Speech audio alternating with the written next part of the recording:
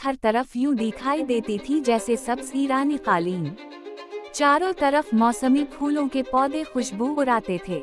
यहाँ का गुलाब तो मशहूर था, ये बड़ा बड़ा गुलाब हुआ करता था। तो भैया कौवे, ये सब खत्म कैसे हो गया? तितली ने गर्मी से हांफते हुए पूछा। कौवे ने अपने तपते पंजों को चोंच से कुचलते हुए कहा, बस हमने भी सुना है कि लोग लालच में दरख्त काटने लगे कि लकड़ी बेच दी जाए, घरों और दफ्तरों का फर्नीचर बनाया जाए और छोटी झाड़ियों और छोटे पेड़ों को काटकर ईंधन के तौर पर खाना बनाने के लिए जलाया जाए। फिर सुना है दोनों मुल्कों में जंग शुरू हो गई और दुश्मन मुल्क ने इस इलाके में तो खासकर नैपाम बम गिराए जो गिरते ही आग भड़का दिया करते थे।